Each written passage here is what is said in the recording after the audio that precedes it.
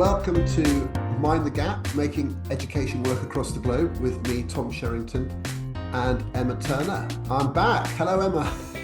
Hello, it's so lovely to see you, Tom. Are you well? You're not well. You are back, but you're not back because your background is definitely not your normal backdrop. But that was the first time I did the intro for a while, so I'm glad I didn't stuff it up. But we're really pleased this morning to be talking across time zones to the very wonderful Bronwyn Ryrie Jones. Welcome, Bron. Thanks, Tom. Thanks, Emma. Great to be here. Yeah, so we did a chat earlier. We put it out on Mind the Gap last year, a couple of super nerdy, geeky talks about cold calling and engaging students in lessons, which I thought was fantastic. It's amazing how much there is to say. But now, we're going to get you to just tell people a bit about what you're up to and so on. So do you want to just, for people who don't know what you've been doing, tell people where you are and what you've been working on recently? Yeah, great. So it's late afternoon. I'm in Melbourne, Australia. What do I do? I'm a primary school teacher by background. So I spent the first 10 years of my career teaching music actually in primary school. And then I kind of moved into teacher education and somewhere along the line realized that the thing I actually really liked thinking about most and teaching on most was teaching, like the nitty-gritty of instruction. And so once that sort of took hold, and I thought this is really what I want to do, I made the shift to working with schools and systems. So probably, I'm trying to think, probably 3 to 4 days a week I'm in schools. Most of that time is watching teaching, but also I do a lot of sort of coaching middle leaders, see lots of teaching. I was explaining what I did actually at a research ed, actually at the pub after research ed to Josh Goodrich. I was explaining what I do, and he said over a beer, so you're kind of like a non-blogging Tom Sherrington of Australia. And I thought that was just the greatest compliment I'd ever been given. And I said, yes, I'm Tom Sherrington of Australia.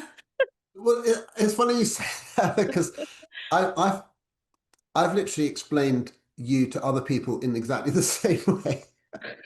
Because I've often mentioned you and talked about what you're up to, and I say, well, Bronson, she does kind of the same stuff I do. Yeah. And it's funny when I went to Australia. It was one of my first sort of weeks there when I went traveling. We met some people on a trip, and they were asking what I did, and I tried to explain it to them, and they just couldn't get their head around it. They were saying, "But don't teachers go to college?" And I was like, "Well, yeah, but there's more stuff to learn after that as well." And they said, well, no wonder we're in such a terrible state. So to them, it was really shocking, this idea that teachers need to continue to study their practice after they've left college. It was really kind of an awkward conversation because they basically thought my job was pointless and a sign of a terrible ill in the world. So I don't know if you ever get that reaction. Yeah, I think I more get the reaction that there's people in the sort of general public over a dinner party or something will say, but don't governments do that? Like this kind of idea that we would have systematized, like we would have systems for ongoing professional development. I guess when I visited the UK in September, so went to lots of schools and it was really great. And one thing that I heard over in London lots was this idea of like the entitlement of teachers, like what are teachers entitled to keep learning. We don't talk about that here in Australia. I think it's very much just there's university and then you get into schools. I mean, there is some system stuff, but I wouldn't say that it's kind of sequential and rigorous. And I think that's probably surprising to a lot of people. Yeah. I mean, I don't know, Emma, do you ever get that sort of why do we need people to come into schools? Yes, I was having a conversation yesterday about this actually. I was at a sort of a regional meeting of lots of MAT CEOs and local authority representatives.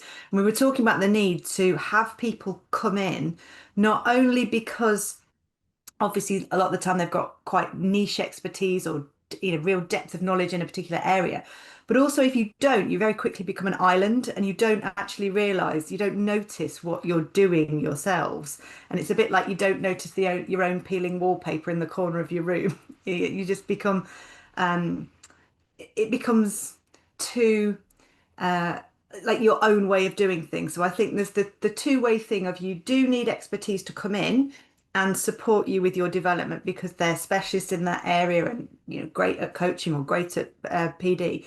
But also the fact that if you don't ever get anybody out from outside to come in, it can very easily become your one version of it. And you need to have that outward facing view of for sort of quality assurance, for development, for constant refinement.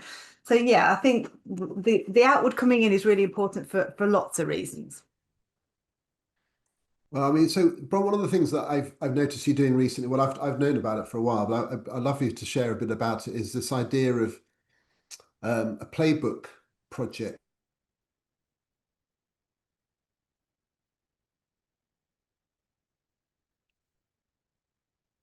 Has Tom frozen for you, Emma? Yeah, I thought I've been fiddling around here because it kept freezing before.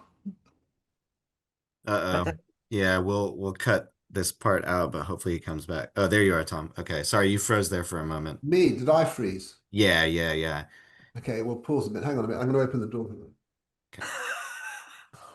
Okay. Those shelves need some books on, Mr. Sherrington. But my Wi-Fi says it's working, but is it not? Now It it appears to was. be okay. So if you could just go back to repeat that question that you were about to ask, Bron, and then I can cut all this part out. You froze kind of midway through the playbook question. Okay. And let me just quit a few things on here. I don't know. Okay, how are we doing? Is this sounding okay? Okay. Can you hear me now?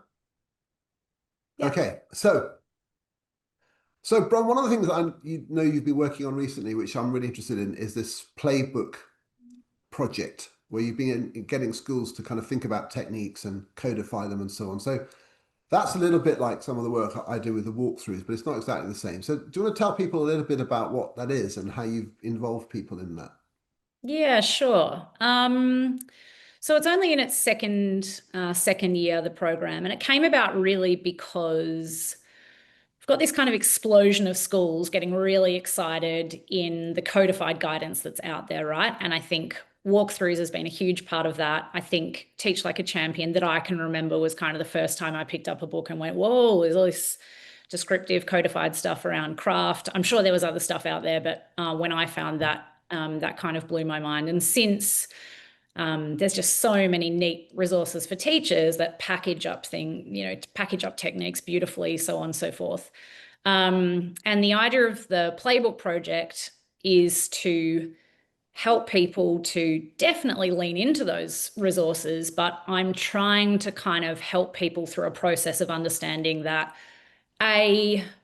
codified techniques have to be made sense of in the context of your school. And I take something really simple like, turn and talk or think, pair, share, like that kind of paired discussion instructional routine. And as an example, at my school, so I still work one day a week as a middle leader at a school in Melbourne. We've got 90% of our students speak English as an additional language. So what that instructional routine has to look like in, say, the first year of school, which we call foundation at my school, like we would have to have front and center in that instructional routine, like oral language supports, sentence frames, sentence stems, because that makes sense for our setting. And if I was leading any professional learning and I just picked up somebody else's codification of the steps of that and just taught, oh, these are the steps of this, it would be likely to land very badly in our classrooms because we wouldn't be sufficiently paying attention to the context. So that's part of it, is kind of understanding that other people's codifications are very helpful, but ultimately we have to know it's good fit for purpose in our context. And then secondly, the thing I think I'm really big on, which I think writing and thinking through your own descriptions can give you, is that you know it well. I sort of read something you wrote on LinkedIn the other week, Tom, which I really loved, which is like, nobody ever got better for having picked up a one-pager and just reading it, right? you know, if you write something, there's so much thinking involved. And like, that's why I'm sure you and Ollie and other people who write these descriptions know them so well, right? It's like you've thought about them, you've wrestled with, well, would step 2 come before step 3? Like, is this a leading big idea or a sub idea? And then necessarily in walkthroughs, as an example, correct me if I'm wrong, but you're seeing the kind of the 5 leading ideas in that instructional routine, and you're pulling them to the top. But it's possible in lots of different scenarios and across different domains, and when we apply lots of context specifics, that they aren't the 5 that another school or another teacher might draw out. Does that make sense? Yeah, totally. In fact, one of the things that we as soon as we started doing our walkthroughs, we started saying, okay, but if we're not careful, people will say these are rules, and we not. So we said, well, we have to encourage people to adapt them right from the beginning. So at the bottom of every page, it says adapt, and and so what happens, and I'm also a big fan of I think it's about another Bambrick Santoyo idea: see it, name it, do it, where you sort of see a technique, but then you have to name it. You have to sort of, what is it? In my head, what's my version? And we can come across some schools who say things like, I'm struggling to memorize the steps. And you say, well, it's like, it's not really, you're not supposed to know them off by heart. You're supposed to internalize them into a routine you will do. And that takes a bit of time. So I totally get what you're saying. So, I mean, just to sort of explain the project, because I think the concept is, how have you gone about getting schools to do this then? Because I read something that you said like 200 schools, which is absolutely amazing. Yeah, so it's a year-long program, and it's really in the start about kind of convincing people that codifying things is a good idea, right? Like, you would have found in the field that there's a lot of resistance to that idea, sort of just up front. So the next thing I do is basically say, like, what are the big ticket items that you care about and that you're willing to provide professional learning for? Like, that's another thing. It's like, what have you got a stake in the ground about? Like, if you don't care about particular things, I think that's fine, but just know what you care about. So I basically get schools to come up with an organizing framework for their playbook that are centered around big ideas that make sense to their instructional vision, but also that they are willing to provide professional learning in. And I guess that's another really big focus of the program, is like, don't load up your teachers with all of this kind of stuff if you have no plan for professional learning. So most things schools choose for what I call the kind of big ideas, and these are the sort of organizing principles, are things like demonstrate and model, check understanding, respond and give feedback. They're the kind of big top line ideas. And then that's really interesting, because some leadership teams get in touch with me and say, oh, thank you so much. That 15-minute allocation you gave us to kind of wrestle with what they are made us realize we don't know. Like, we've never actually thought about principles of instruction that we really care about. And I say, well, what a good thing, right? Like, what a great thing to kind of realize that you've got these things you sort of care about in your head, but you haven't put them out into the world as part of like these kind of concrete conversations and whatever. So I basically, for the purposes of the program, this is the other thing, because I'm kind of teaching a process. I say, well, it doesn't have to be like a finished, beautiful playbook by the end. I just want to walk you through a process. So for the purposes of the program, I sort of get schools to have about 3 to 4 organizing principles, ballpark. And then within each, say, okay, so I love sort of Adam Box's blog about the power of the word by. Okay, so check understanding by doing what? And then again, like, what are the techniques that you would be willing to put professional learning behind that you think would shift the needle in your teacher's capacity to, say, check understanding? So within check understanding, for instance, people would pick out turn and talk. You could debate whether that's a check for understanding. Mini whiteboards, closed-ended assessment items, quick true false with a gesture, whatever those techniques are. And then basically we look at how to codify that into a sort of simple one-pager. And I would say that's kind of an equivalent of a walkthrough, right? That's their codification of it. And as part of that process, I also sort of get them to think about context specific. So again, I'll come back to turn and talk as an example. So a lot of schools say, okay, well, you've got to allocate partners. I say, okay, and do you still think that should be happening at year 12? Like, what about the literature teacher in the upper years of secondary with a class of 8 kids? Is that a scaffold that, you know, ultimately picking partners is a scaffold for a conversation? Like, as the kids get older, when would you think about fading that scaffold in the routine, so on and so forth. So then they kind of ultimately what they end up doing is having some kind of more specifics around, well, in the junior years, we would think about it like this. These things matter more for our junior kids. Well, these things start to matter more for our senior kids. So things like really high level accuracy of response, like really applying the academic vocabulary in every pair share kind of matters more once the kids are a bit more advanced, blah, blah, blah. So they get a bit specific on that. And then kind of towards the end of the program, and I'm again very big on this, is like capturing back from the field models of this in your school, filmed by your middle leaders. You know, like what does this look like when it's implemented in your school? They then embed all of those models into their one pages. So they've got kind of the codified description, and then they've got sort of models. And then I kind of towards the end do support people with a bit of a professional learning plan. I think I can do that part better, which I'm aiming to do this year. But so that's basically it. Sorry, I'm ranting, but it's just, yeah, stepping people through. Yeah. Stepping people through like big idea, one pager, models of practice, how you kind of planning to continually develop people's expertise. Sounds brilliant.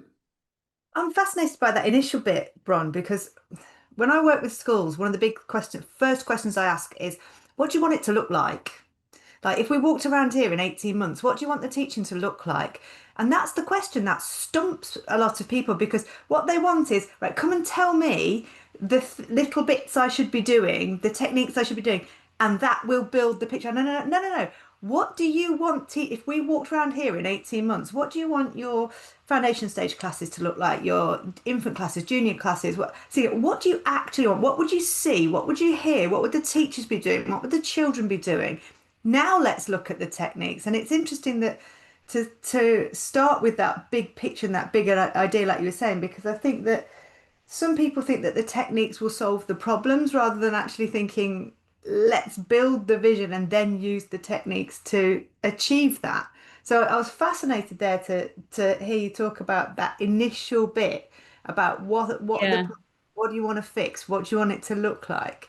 Yeah. And I think ultimately, because what technique you would use under what circumstances, when and why, you can never teach for that.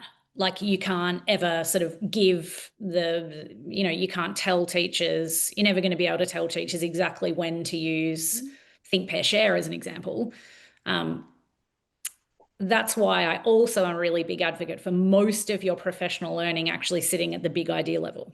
Like, most of your professional learning should be at that big idea level of like, why do we need to check for understanding? Once you dig into that, you would realize, oh, sometimes I check for understanding to just build momentum and success. So if that's what I'm trying to achieve, like if that's what I'm trying to achieve, and I've got low engagement in front of me and I go, oh God, how am I going to get the kids, like, get momentum back up here? Well, it would make total sense to sort of make it easier, drop the complexity, build momentum, build easy wins. But at other times, I've got high engagement. I'm right at the threshold of a concept I want to check if the kids have got. I'm going to use a totally different strategy. So yeah, I find it a tricky balance. But you're right. I think, I think if you're not willing to put a stake in the ground and say that these are the big picture things that we care about, I don't think we should expect to see low variance implementation of the curriculum, right? Like, we will just keep seeing sort of high variance implementation, I think. To what extent do you sort of direct it? Because it's so interesting. Schools are at different stages, aren't they? And some of the challenges in schools is when you have people who, leaders who are leaders for all sorts of reasons. Like they're great with personnel. They're kind of inspiring in lots of ways. They understand big picture stuff, community building, all of that. But they're not really hot on pedagogy, and they're just not. And they're kind of really relying on the teachers and the people they've appointed to do that. And when you ask them these questions, they kind of don't really know. They think, wow, it's a tough thing to ask them. So they're sort of looking for guidance, and a lot of people have this sort of Yeah. generalized sense of kind of what I sort of want, but it's hard for them to articulate it into something which is as crystal clear as that. So I guess this project will help them do that. Yeah, I mean, some school leadership teams kind of quite deliberately choose not to send the principal, right? Like they have a head of teaching and learning who sits at that middle level leadership role. And I think that's kind of broadly okay. Like I think Yeah, middle leaders, what we would call middle leaders here, I don't know if that translates, yeah, but that kind of middle level leader, like some of the most absolute experts people I've ever worked with in teaching and learning really want to stay at that level and lead from the middle. I think that's great. So I also don't think it necessarily has to be the principal, but you certainly need someone very clearly leading that vision, I think. It's interesting because the most successful projects I've done recently are the ones where the head is not involved. It's the one where, like you say, that level, that senior level with a bit of leverage, with a bit of oomph that can drive something through, but has got that absolute focus on teaching and learning because the job of the headship is so broad. It's personnel, it's recruitment, it's health and safety, it's safeguarding, it's teaching and learning, it's curriculum, it's everything. But Mm. having a senior leader with that really precise focus on it, that's what can really help to drive the improvement quickly because they're not trying to juggle another 12 really important aspects of a role. So Yeah, yeah. Yeah, absolutely. And then another thing I kind of advocate for is that every school brings a member of staff who's just a teacher.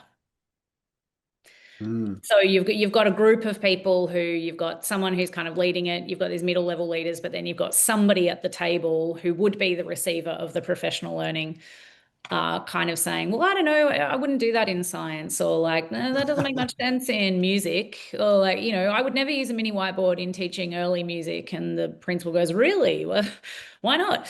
And I think that's also really, really important to have those kind of people involved. And then, of course, and this is another kind of thing I bang on about, once it sort of hits the ground, the whole idea of writing your own codifications is that you are learning from the expertise of your people and that is feeding back into your codification. Like, don't believe for a second that what you've thought of on a Friday afternoon is going to be better than what your expert year one teacher, like I go and sit in and watch teachers all the time at my school. And once every couple of weeks, I would say that thing. What did you do there? Like, what was that? And like interrogate this really small thing. Like my colleague Brad Newen, who's so expert, when he runs turn and talk, it's just such a simple thing, but he holds his hands like this while he's explaining. No, what does he do? He holds his hands like this when he's explaining. Oh, and wait a minute, this is a podcast, Bronwyn. Audio format. So he holds two hands up facing the kids when he's talking. And as soon as he's ready for the kids to turn and talk, he physically moves his hands to face each other, kind of modeling, okay, turn your bodies now and talk. And for a high EAL cohort, 90% of kids who don't speak English, it's this really visual cue of like, now face each other and talk. And the way that works, that he's got that working, just the way the kids are shoulder to shoulder, the way it looks is just totally different. And I was like, mm, whoa, what's that? What's that? And so if you're codifying things, you're also curious about things. Like it's not an end point. It's a way of being really curious about the things teachers are doing that are so brilliant. And so we kind of then would feed that would feed back in, right? And it would be like, okay, we just want to show you what this looks like in Brad's room. When we were sort of interrogate models of practice all the time. But yeah, so there's a curiosity, I think, that comes with it when you're doing it in the right spirit. And it's kind of, you need that slice through the school, don't you, about what's this going to look like building a slice team. Like, what does this look like in PE? What does this look like in English? What does this look like? And also, what does this look like for our really experienced teachers? What does this look like for our, career entry teachers? What's this going to look like? How is this going to work? So whenever you're trying to instigate or implement or develop this whole school change, there's got to be that slice through the whole thing. It can't just be, well, I used to work predominantly in year 6 and I know it would work here, so I'm going to tell you all of these things.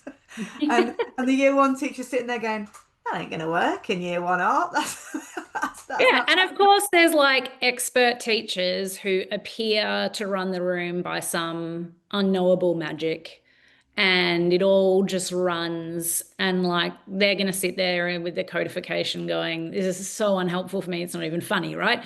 So it's also about whether it's useful to you. Like, is this useful? Is it helpful? Is it building?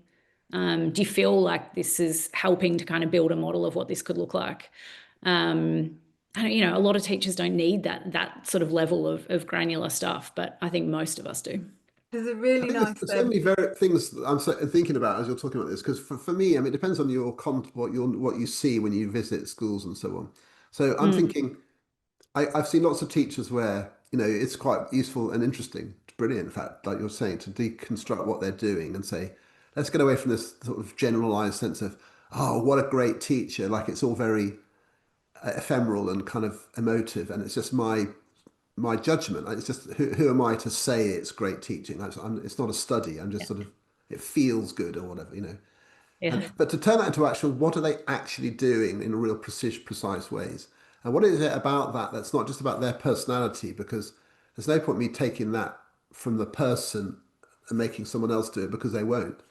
But then there's also the thing that you also see quite a lot of teaching, which is, people are working hard, but it's not effective for very obvious reasons. And you're not going to codify their practice or say, you almost have to sort of put a mirror up to them and say, can you see what this is trying to suggest, and what compared to what you're doing, and can you engage them in a process of thinking about way that it might be better. So I'm interested in, it's like this thing of that thing of, say, you have the expertise in the school is absolutely true, but not every teacher. I mean, even this very recently, the last sort of couple of weeks, I've seen quite a lot of lessons, and one of them was a woman who was, she was charismatic and experienced, but she said, does that make sense? About 100 times in the lesson, like, does that make sense? Explain, explain, explain. Does that make sense? Looking at the room, and like no one said anything, and she carried on. It was like a habit, a deep habit of terrible checking for understanding. I just wanted to sort of almost stage an intervention and say, but no one said anything. Like, why are you carrying on? Does that make sense? Yeah, does that make sense? And I'm thinking, I'm not going to codify that. Do you know what I mean? So this is my Yeah, but dilemma. again, yeah, I totally agree. I mean, I actually think a lot of professional learning providers say, does that make sense? Yeah, it is. Yeah. So in that instance, to me, what is undercooked is the principle. Like, you can't take that and say, okay, let's work on this other technique here. The principle is checking students' understanding. Like, that's the bit that's lacking in understanding, right? Like, yeah, when you said, does that make sense? Did you want to know whether it made sense? Yeah, I did. Okay, who did you want to know? Who did you want to hear from? Or who did you care to think about that question?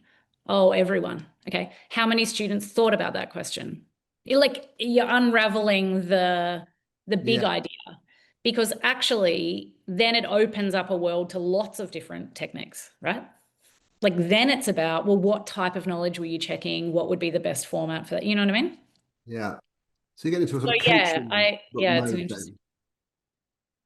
then. You have to Yeah, I interact with the think, teacher. say again. You have to sort of interact with the teacher. So when you're in the sort of process of designing your techniques for a school, sometimes involving the teachers in that process, it's sort of you need to replicate the thing that you do when you gather people in the school, wouldn't you, to get people themselves to think about why might this set of steps work better than you at some level you have to sign up to it, don't you, across the school? Or do you think this should be totally individual? Sorry, I'm not catching what you're asking. Okay. Like when you do your project, is the idea of the Oh, the code, project. Sorry. yeah, that people sort of take these ideas, but they become kind of the school way, or are you sort of saying that each teacher needs to almost do this for themselves? Yeah, no, I think having school approaches is really helpful. Um, I think school approaches are really helpful. I think the techniques are kind of essential to have these sort of instructional routines in place. I do think though, and that kind of example of the teacher said, who kind of just stops and says, does that make sense? Or you got that grade 5? Someone like, you got that? And everyone's like, and the kids move on. Like that kind of thing, I think it's hard to come at with a technique. It's hard to come at the technique level. Whereas I think coming at these teacher practices first through what do we know about why checking for understanding is so important, whose understanding are we checking, how are we getting that information. I just think that there's a really critical piece, which I think maybe people who resist techniques, I often wonder if that's behind what frustrates them. That we get into the mechanics when we lose the kind of the big picture idea. Yeah, that's a good point. There's a quote that I often refer to on the training. It's from Hector Ruiz Martin, and he says, "Without a doubt, there's a significant artistic element in teaching. Teaching will never cease to be an art, but it can be an art that grounds much of its practice in science." And I think that's, for me, that's the kind of the bit that says, yeah, there will always be people, you walk into their classroom and they are just conducting it like the world's greatest magician, and it looks like magic and it feels like magic. But there's stuff underpinning that they may not even be aware of, but there is stuff within that you can replicate, and that techniques bit is trying to codify a little bit of that magic. So when I work with schools, and that resistance to codification can be, but I just want to be the magician, I just want to be able to do it by magic and just have this, and actually saying, do you know what, we can codify this, we can, and you don't have to kind of lose your own personality in the mix, but you can be aware and intentional about why you're doing what you're doing in the way that you're doing it. But to develop everybody, we need to understand and pinpoint and share those, and that's why the techniques are important. So I totally understand that bit about some people either resisting it or worse, thinking they're already doing it when they're 100% not doing it. Yeah, and I mean, teaching's also so relational that, like, teachers' characters and personalities. I know, Tom, you've written about this. Like, they just have to shine through. Like, you've just got to be so willing to embrace people's personalities. Like, teaching just can't work if you're doing something that feels fundamentally so totally awkward or so totally not you. I know there's some schools I work with who, like, the call to attention they're doing is like the teachers saying knock knock and the kids say who's there. And I'm like, I would retire age 24 if my principal said I have to say knock knock and the kids all yelled out who's there. Like, I would just protest. I'll just leave the profession. But the big idea there is, like, have a call to attention. Well, every teacher can work with that.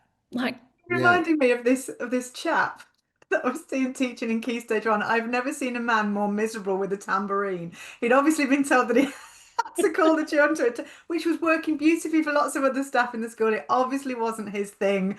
And it was like one of those dark comedic moments where there's this teacher looking so miserable, shaking his tambourine. I was like, I think we need a different call to attention for you. That's I funny. love that. But all that variation, I mean, I think this is it's such interesting territory, and I feel like, it's looking for the truth in the kind of the common ground that people have, so you can have good, meaningful conversations. And sometimes the codification stuff is really just a kind of framing to talk through ideas. You don't have to do it like a rule, but you kind of have, it gives you something to share, because teachers don't see each other very often, do you? So you have to come out of the classroom, have some stuff to discuss, and I find it interesting. And you have to work so hard with some people, even middle leaders, to suspend judgment. I mean, I saw a lesson in the last few weeks where this guy, he was a science teacher. He annoyed the hell out of me the entire time I was watching the lesson, because he was showing off. He was like a comedian. Like, everything was about banter, and I was thinking, this is like. But I was thinking, who am I to say, like, evident he got good outcomes. The class did well. They seemed to like it. And I was thinking, I'm hating this, but so what? Sort of, and I had to sort of think, he's kind of doing stuff. I was thinking, how does this work then if I'm so irritated by it? And I guess, I don't know, he just formed a relationship. He is who he is, and and it's funny, isn't it? You do have to kind of be have a word with yourself sometimes. I do anyway. I don't know if you ever find that, like you're thinking you've got your basic. You can be judgmental for very sort of shallow reasons, and then Yeah. you have to watch that. Yeah. Yep, absolutely. I agree. I find it, yeah, I think we don't talk probably enough, particularly given how big of a focus there is on kind of coaching at the moment. I think we probably don't talk explicitly enough about the extent to which people probably do judge when they're watching teaching. Mm. No, they do. In fact, Pretty, sometimes we do training exercises where we watch videos of people teaching, and there are lots of flaws in the lesson examples. But sometimes people are sort of all cross with the teacher and thinking, hang on a minute, like that's not the purpose of this. I'm glad we're having this here without you talking to the person because they're working hard though, aren't they? I mean, they're trying. It's yeah, just I have seen that, and I experience that quite a lot because a lot of the work I do with schools, one of the models that I kind of follow for the year-long partnerships I do with schools is that I go into lesson observations with middle leaders, and then we come out, discuss what we've seen, and then they watch me coach the teacher. So I sort of build these relationships with teachers, and throughout the year, we hand that responsibility over to them. So they coach and I observe. So I have a lot of time spent in rooms. I'm saying to them, okay, what did you see? What were you thinking? You know, tell me what you think was going on, blah, blah, blah. And you're right, I do see actual sometimes rage, like close to rage. And I think it's because they really care about the students. I think it comes from a place of like, yeah, the three boys up the back had no idea what was going on. But we're in the privileged position to see that. Those same three kids had no idea what was going on when I was teaching. It's just that they were distant, right? yeah. Like you feel like you feel like you see a lot more as a teacher. So when you watch somebody else, you're kind of in this bizarre position of feeling like this would never have happened in my classroom. It's like, yeah, of course it did. But I think it comes from, in my experience, it comes from caring about the kids or being frustrated that their professional learning hasn't landed. Like people say to me, we did this last Monday. They're Or like, we did this last year. Why aren't they doing yeah. And they're like, oh, in this last Monday's, professional learning session, I explicitly went through that. Like, oh, I did. And I was Yeah, like, oh, don't worry, barely any professional learning works. Like you crack on. Like, takes it's so just long. one workshop. Like what would make you think that people would be better as a result of that? Do you think this is where people watching themselves teach via recordings is kind of a powerful tool where what they thought they were doing and then what they were actually doing, or what they perceive to be working well and what's not working well, might be the other way around when they Mm. get to actually watch their own practice. Once they've got past the fact, like I did, like I just look and sound like my mother, once they've got past that bit and actually thinking, well, what does my practice look like? Because you can't see yourself in the moment. So I didn't know whether you used any kind of recordings of people watching themselves to actually reflect on what they're doing. Yeah, we do that at my school all the time. So we record teaching all the time. We also record coaching, and we have to watch ourselves back coaching. And every single coach on staff at my school submits footage of their coaching, and we all get feedback. You submit it once a term, and then we have a round table kind of feedback. So we watch ourselves all the time. The extent to which sort of other schools do that, I'm not sure. I would say a lot of schools don't kind of have the culture quite there yet. And I think to record yourself, you necessarily have to kind of know a bit about what you're looking for as well. Like, has there been a sufficient professional learning focus on the thing for it to be valuable for you to watch? But certainly it's so powerful. Yeah. I I think was the just best use thinking, of video I've seen is a school in Bangkok, Patna School, where the deputy head primary goes into the lessons with an iPad, so he's in the lesson as well as having a video, and then he records so he can zoom in and he focuses on children as they're talking. Teachers saying things now, and so when you're Mm. playing it back, you can listen to children as well as see the teacher, and it's like interactivity. Whereas it's like a static camera, you often get this kind of weird distorted view of you can't really see what's happening, and it gives you some sense of things, but not always the full picture. Anyway, I think, to be honest, there's something I'm concerned of the time passing by, and I want to talk to you about a blog series that you've written, if that's okay, to shift the dialogue. You've been talking about participation, and I love the detail of it. It's brilliant. And in particular, there's the one of the posts you've written is about the grind of securing participation, which is so honest. It's great. Okay, so blog one is like why participation matters. It's really important. Blog post two is, but why is it so difficult? It's great. It's such a great blog post. So do you want to just share a bit about what you're thinking there? Yeah, well, in my home state of Victoria and, more broadly around Australia, a lot of schools are focusing on more and more on explicit teaching. But I think not many people are talking about the realities of getting sufficient levels of interactivity in the room for, explicit teaching to be possible. I think it's just one of the hardest things to generate good levels of participation.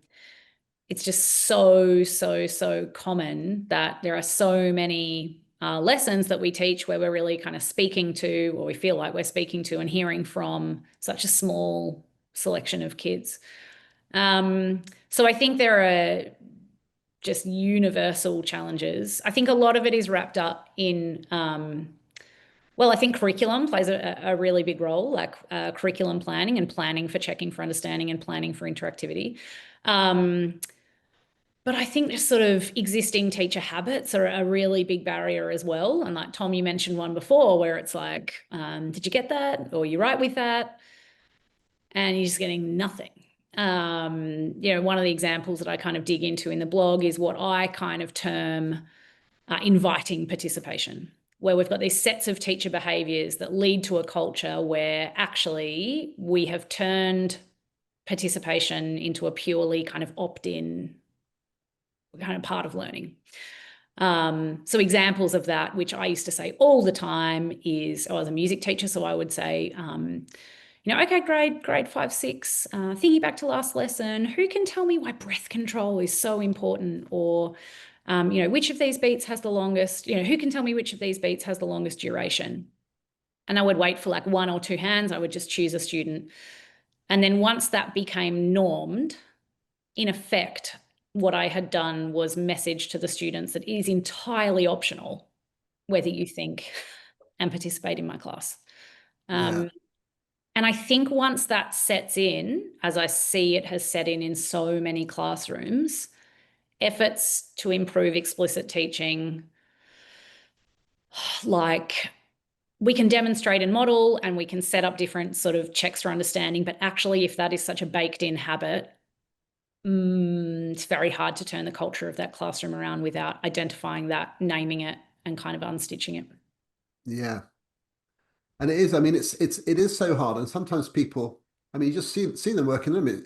Even when you do it yourself, you're with adults or any group of people, you're looking around the room going, okay, it's like you're faced with it. Like, I want to check for understanding now.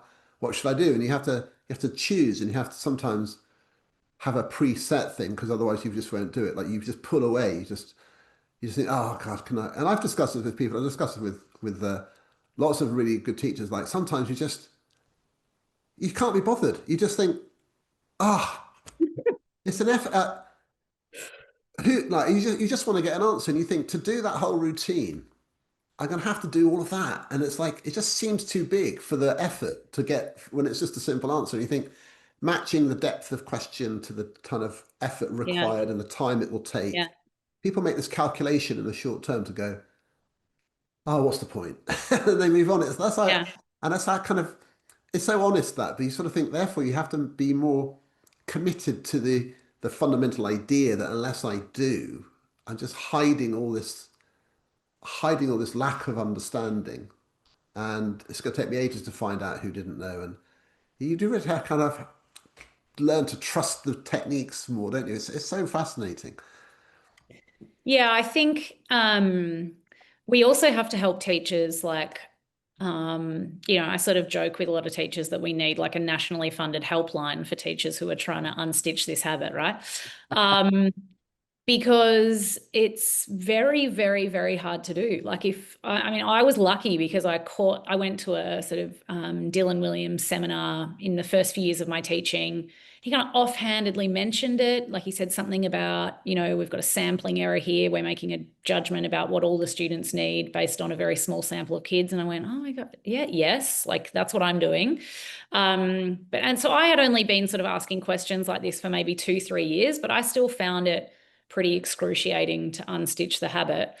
So I think we also need to work with people through those phases of behavior change. Like it just won't work if you say, we'll try a cold call, because you're asking someone to like bolt on a new practice without understanding that there's these existing. So what will happen is they'll say, so who can tell me what the 3 primary colors are? And then they'll cold call, and the kid's looking at them like, what? Like, you never do this. I'm not thinking. So it's also about understanding that you having asked those questions has established a culture in your classroom which involves the kids. And you can't just sort of now introduce these jazzy techniques to check understanding and think the kids will automatically, participation will go through the roof. Like, that's not going to happen. So it's also thinking about like, what does the road look like to get out of this? And I think one of the things I speak about in the blog that's so important is like prompting for thinking, like just telling students to think, so instead of throwing out your invitation to participate, changing that to like, I want everyone here, you can all do this. I want everyone in your heads to bring to mind the 3 primary colors. And then you might have to say hands down, because the kids are in the hands up routine, right? So it's also like, I just think so important to work with people slowly and patiently in a sort of phased way. I've seen time and time again that people try to sort of bolt on check for understanding techniques, but it falls flat because they're not cognizant at all of the fact that they need to drop this existing thing that they're doing. Sometimes you need to model. What I find works is you sort of contrast. I find like, you run a cold call routine, for example, so if we're mentioning that, and you do it in a way which is always asking a question that you expect people can answer, and there's a really high probability they will, because you've just explained it, or it's very rooted in very common life experience or whatever. And so it's all about confidence and reinforcing confidence, and then maybe developing answers further. And you do it so that everyone might be involved, and then you say, compare that to if I had just said, who can tell me? It's like it's trying to sort of reveal the difference, the gap that it makes in the thinking. And I find teachers are weirdly averse to the idea of asking questions the children will know the answer to. That's a funny one. Like, it's almost like, isn't that just too obvious or too easy, or shouldn't it be more challenging? Thinking, yeah, but then, of course, then if it's going to be challenging, cold call a kid on what's a 7th plus 2/3. They're like, you're going to kill him. Yeah. And it's the nature of the question, the curriculum. I love all this. But anyway, I mean, I do. We were talking earlier about some of your examples in the blog post and the names that you have and everything. It's so rooted in like real classroom experience. What was the name that you liked, Emma? I can't remember. That's Oh no, I was talking about one of the child's names in it. I hadn't heard before. I guess not this idea of the kid called Christos who's saying something. Fabulous name. No, I was thinking when you were talking about this idea of participation, that it's absolutely bonkers that as teachers sometimes we think it's okay for some kids not to be on the bus. Like it's that we think actually if we were like going on a school trip somewhere, you would constantly be checking, you'd constantly be doing this head count, 1, 2, 3, 4, 5, how many, you'd constantly be checking that they're all on the bus with you. But it's like, oh, that doesn't matter if I'm talking about fractions. You cannot be on the bus. I will only check like 3 or 4 of them on the bus. I love that analogy. And I think as well, another thing that's been in my work, a way of talking about it that I think I have found really helpful is like putting up on the screen, okay, we've got long cycle assessment, medium cycle assessments, and short cycle. Your long cycle is the exam, your medium cycle is your mid-unit assessment, like how are we tracking here? Your short cycle is your lesson level assessment. Would you say to the kids at the end of year point, Would anyone like to sit the exam? Like, who here can sit the exam? Like, we just wouldn't do that, right? So we have these forms of assessment where we absolutely believe, oh yes, we have to know what everyone's learned. And I just say, this is the same. We have to know what everyone's thinking. And actually, if you looked at all of those forms of assessment and said, well, which form is got the best bet for improving outcomes? Of course, it's short cycle, right? Like, it's the lesson level checking that you're doing that's going to have the biggest impact on kids learning. And yet we kind of, it's funny, in some ways we sort of like really dig our heels in and insist that everyone gets the assignment in at the end, right? Like, oh, I'm going to phone home. We have a detention for the kids who haven't handed it in. Like, we have such this really big importance on those forms of assessment. And yet, as you said, Emma, where we turn it into sort of like an opt-in thing often. And you're never going to get to the final destination of the assessment if you weren't on the blooming bus to start with. You're never going to get there. That story about needing to count every head reminds me of in my graduate year when I took the kids on the bus to the aquarium or something, and we got there and I stood up on the bus and said, is everybody here?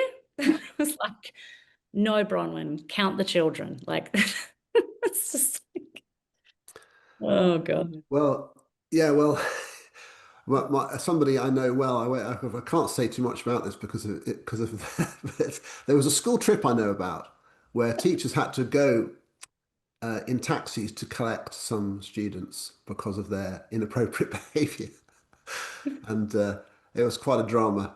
And here's the thing that I want to just end on this if I can, is that for me with the participation, and you could use the bus analogy, it's sometimes the children themselves need to know if they are on the bus.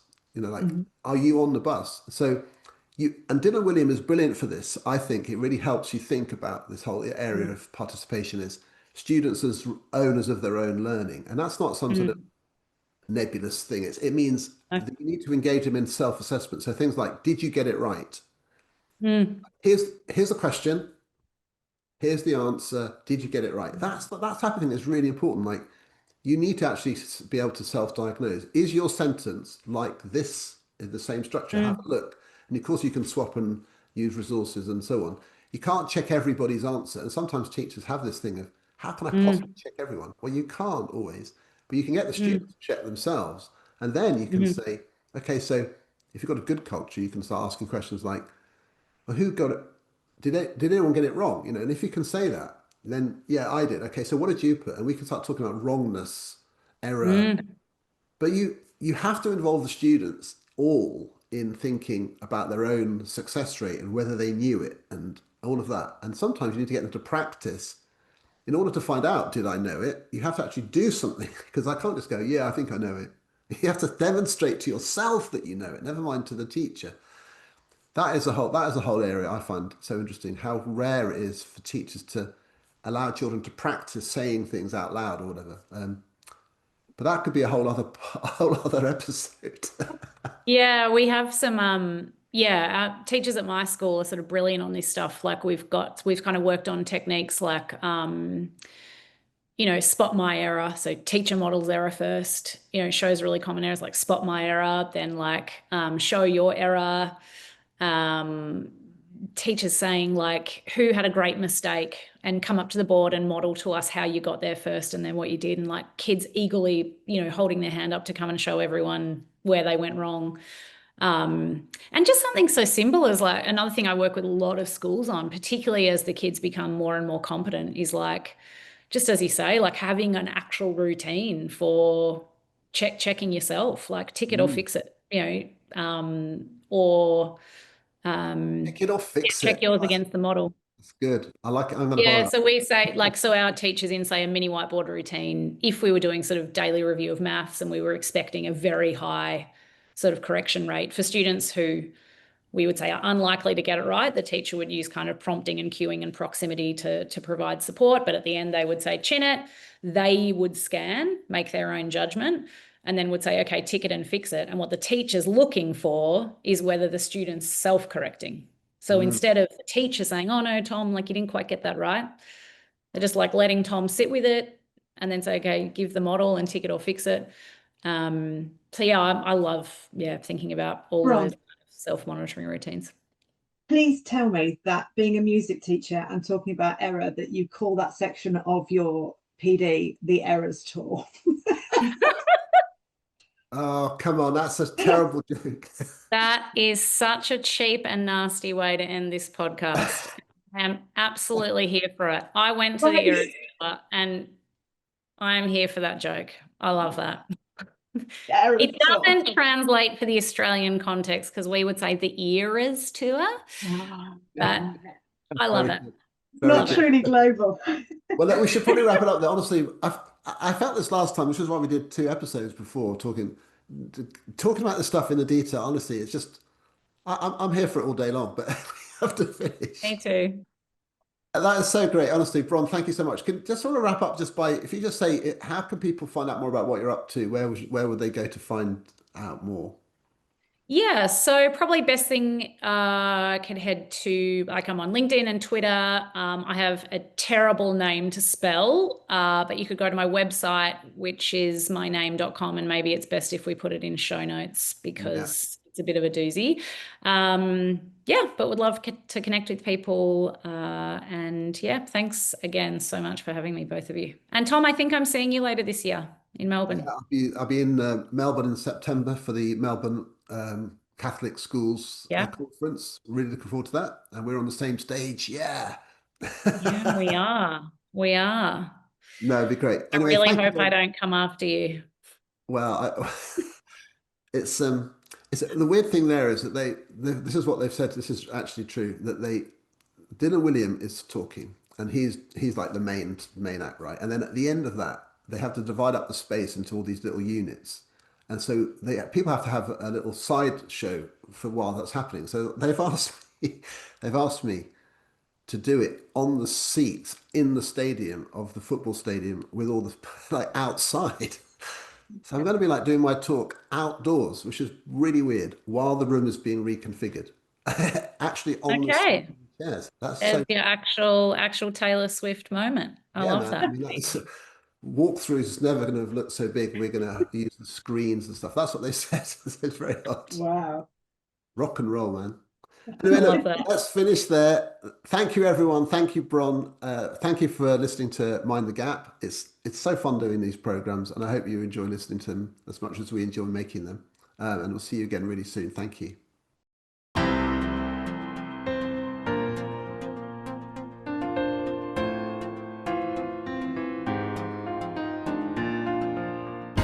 Thank you for listening to Mind the Gap. I'm Emma Turner and I've been presenting with my co-host John Hutchinson. If you enjoyed the episode, please leave us a review, share on social media and subscribe wherever you get your podcasts. Find us on our YouTube channel by searching Mind the Gap with John and Emma, or head over to Spotify for an audio version. This podcast was produced in association with Haringey Education Partnership and our producer is Luke Kemper.